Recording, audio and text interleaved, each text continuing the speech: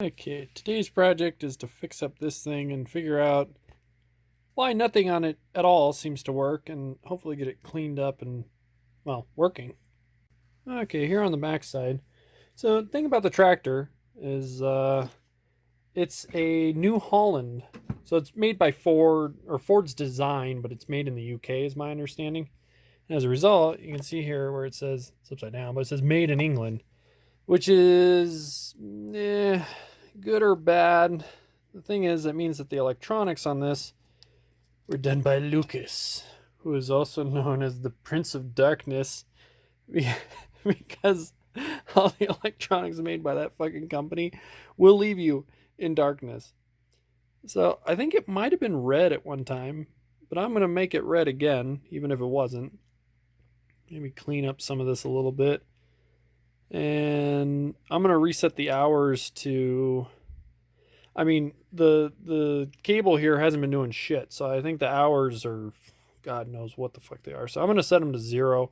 And that way, that's like since my ownership and since I've started doing work on it. And we'll go from there. But yeah, let's see if we can get this guy all kind of cleaned up. Okay, so that's the inside of it.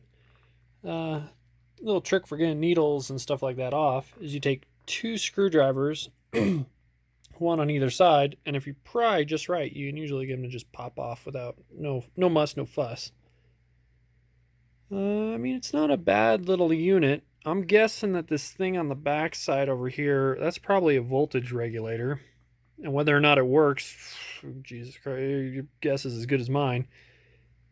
So we're going to have to go out with the multimeter and do a little bit of electrical troubleshooting. Also, this guy here, focus, that's what spins and actually drives it. And it's stiffer than it really should be. So I'm going to pop this guy out, see if maybe I can work some lube down into there. And yeah, we'll get her working like new. Okay, so I guess you'd call this the forward bezel for the hours is held on by 2 rivets, which those are light. They just drilled right out. And now I can access this guy. I'm going to need 2 hands for this because this is delicate work. And we'll just turn this back, get everything all lubed up, put it back together, and slap her on the tractor. Well, it took a bit of tuning and finagling, but I finally got it all zeroed out. And I added a little bit of grease to the gearing because it's a little stiff. Hopefully that'll help her move a little easier. So reassembly now. So this part goes back on, and I've found some rivets over here, which we're going to put in the top. Well, not the prettiest paint job in the world, but clear enough that it'll make it look much nicer. There's the other one there. Once I get that in, I think this guy will be pretty good looking. Well, I don't know about you, but that looks a million times better. I need to paint this ugly ass bezel. And then, yeah, this thing's actually going to be looking pretty good. So for now, I'm going to work on the electrical aspect of it and see if I can get that working. I think that the parts that are remaining on the tractor that need sort of fixing are small enough that I could just bring them inside. That way I don't have to crawl underneath that thing outside in the weather and the dirt. Anyways, the thing that runs the tachometer is this guy, and this is on the back of the generator. Kind of comes off like that. And you can tell there should be a worm gear that goes in there. And there's the teeth on the gear that meshes with that, and it looks like it is stripped to hell. So I'm going to pop this guy apart and see what's going on in here. This looks like it's our issue. Well, I immediately got the cover off, and yeah, all the grease it's almost like a dust more than a lubricant. I think I'm just going to have to clean this whole thing and then look at the parts once they're cleaned up. Well, I got a little carried away and cleaned up pretty good. You can see the inside of her.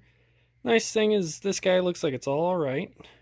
You can see the hideous paint they put on it. I filed down a couple of the casting mold marks.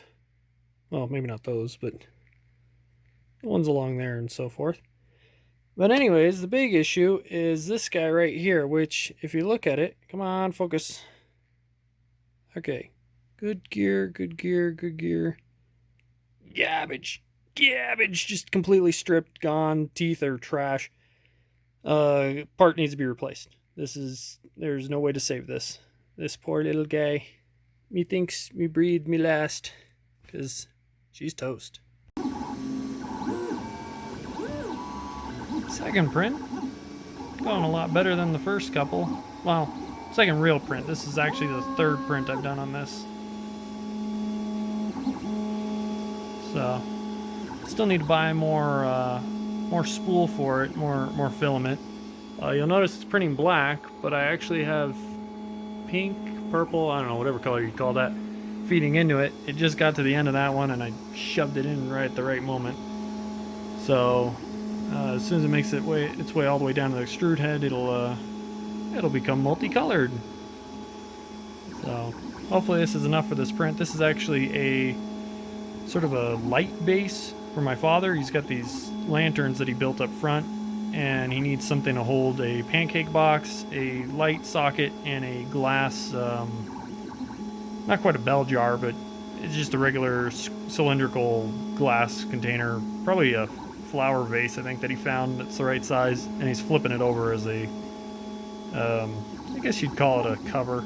You'll notice there's sort of, it's hard to tell, but they're tapered sort of vents or louvers on the bottom. That'll be to allow airflow up to the bulb. So yeah, it'll all make sense, assuming that I have enough filament to actually complete this print, which that kind of remains to be seen. We'll see. We're at 8% done. So it's kind of musical.